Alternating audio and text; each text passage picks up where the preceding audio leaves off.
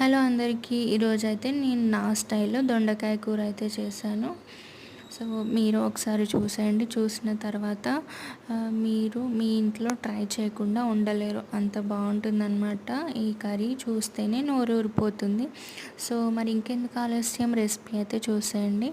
So ఒక కడాయిలో oil వేసుకొని అది వేడాక ఆవాలు, జీలకర్ర, అలాగే కరివేపాకు వేసుకొని అవి వేగాక మనం కట్ చేసి పెట్టుకున్న ఆనియన్ని వేసుకొని అవి సాఫ్ట్ అయ్యేంత వరకు ఫ్రై చేసుకోండి. మరీ డీప్ ఫ్రై చేసుకోకండి.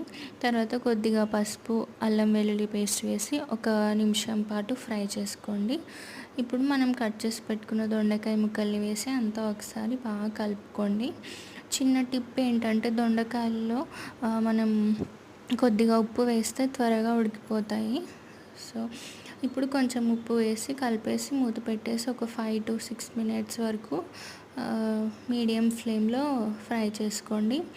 ఇప్పుడు దొండకాయ అనేది ఉడికిపోయింది కదా, టమాటా ముక్కల్ని కూడా వేసి బాగా కలిపేసుకొనంత ఒక 2 to 3 minutes వరకు మూత పెట్టి ఫ్రై చేసుకోండి. సో మధ్య మధ్యలో ఒకసారి మూత తీసి కలుపుతూ ఉండండి, లేకపోతే అడుగంటుకొని మాడిపోతుంది. సో ఇప్పుడు టమాటా కూడా ఉడికిపోయింది కదా, ఇప్పుడు మనం ముందుగా కొంచెం ఉప్పు వేసుకున్నాం కదా, ఇప్పుడు కూడా కొంచెం ఉప్పు, కారం పొడి, ధనియాల పొడి వేసుకొని అంతా ఒకసారి బాగా కలిపేసుకోండి. ఒక 2-3 నిమిషాల పాటు మూత పెట్టేసి ఫ్రై చేసుకోండి.